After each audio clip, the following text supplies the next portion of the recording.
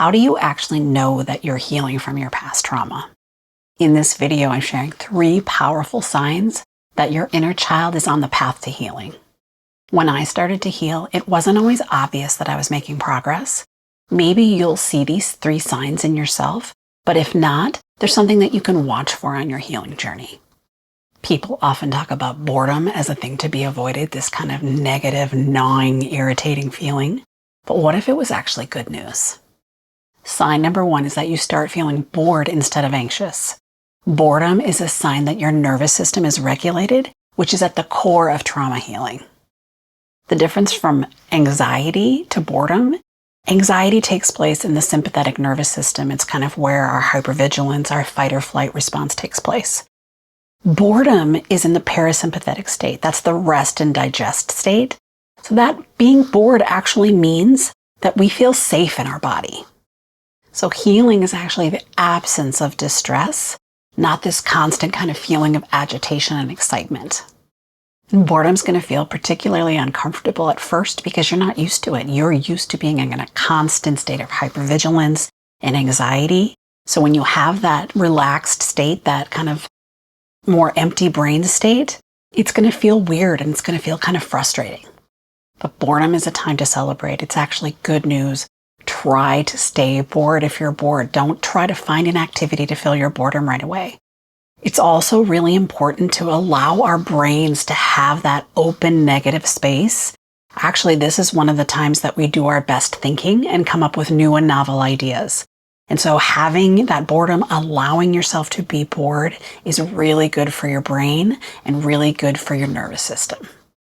So the next time you're bored, remember it's a time to celebrate. It's a sign that you are getting better. Hi, I'm Kristen. Childhood emotional abuse and neglect left me with anxiety, depression, PTSD, codependence, an anxious attachment style, and a tendency to choose toxic relationships. I was facing a life sentence of mental illness and loneliness. And the change came when I realized that I had to go back and heal my childhood wounds to get better. On this channel, I'm combining my personal experience with my professional experience of 30 years as a registered nurse and nurse educator to bring you the science-backed approach that I wish I had had so that you don't have to waste years of trial and error trying to figure this out on your own. If any of this is hitting home for you, please click that like button. That really helps to ensure that more folks get to see this. Are you able to decline an invitation to a party or an event without having to give a detailed explanation of why you can't come? If you are, that's another sign that you're healing. Sign number 2 that you're healing is that you can create a boundary without a guilt spiral. Our inability to set boundaries comes from a fear of abandonment or punishment, and this is a core childhood wound. When I was in the early days of my current relationship, I remember having kind of an intense, kind of almost scrambly fear reaction whenever I would say, no, to a request to do something, or if I, had any sort of an opinion that was contrary to my partner's, I would have this fear reaction as if I was going to be abandoned, frankly. And over and over and over again, I learned from my partner that he never had any of these feelings. I was making this all up in my head. I was allowed to express myself. I was allowed to have opinions. And this was something that I had to learn in this relationship. And it's taken practice for me, but now I can fully express my opinions and my feelings and say no to things and not end up in that fear spiral or that shame spiral. This happens when our adult self starts to take over for our inner child. Our adult self decides to make the decisions, and that our adult self protects that inner child. The sign of healing isn't so much that you're able to set the boundary, although it's really important to do that practice. It's the fact that your body is at rest and at peace once you set that boundary. If you've experienced emotional abuse or neglect or toxic relationships in your past, you likely have a lot of healing to do. And I've created a mental health resource guide that contains information about all the things that I have done over the past several years to heal myself. And I want to share those things with you. There's a link in the description, and if you click it, I will send it to you for free. Have you recently set a boundary? And how did you feel afterwards? If you're willing to share, please leave a comment down below. Are you ready for the last sign that your inner child is truly healing? Sign number 3 is that you can comfort yourself when you are in an emotional flashback or are emotionally triggered.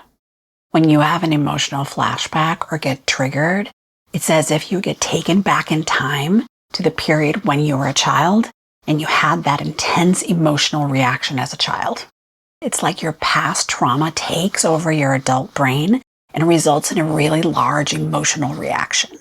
When this happens, it's like your adult self essentially disappears, and then the other parts of you that are underdeveloped take over. Healing becomes evident when your adult self can step in when you're triggered and take over. So this looks something like, you might say to yourself, I know I feel kind of panicked right now, but I'm actually safe. I'm an adult. I'm not in my 5-year-old body. When I started doing this healing, I kind of learned and figured out how to notice when I would be triggered. And I would start just paying attention to the physical sensations in my body. And so I think that's a good way to start. And for me, I noticed that my chest would get tight, and I would probably feel my heart pounding. And so I started to notice, like right away when that happened, I would kind of tell myself, oh, I'm being triggered by something. And just that noticing allowed me to kind of interrupt the pattern. And then I had the ability to kind of intervene as my adult self. What I would recommend is that you just really start to pay attention when you get triggered and start to pay attention to the physical sensations in your body and see if you notice any patterns, because that information is really going to help you identify the triggers quickly and then have the ability to kind of intervene and interject.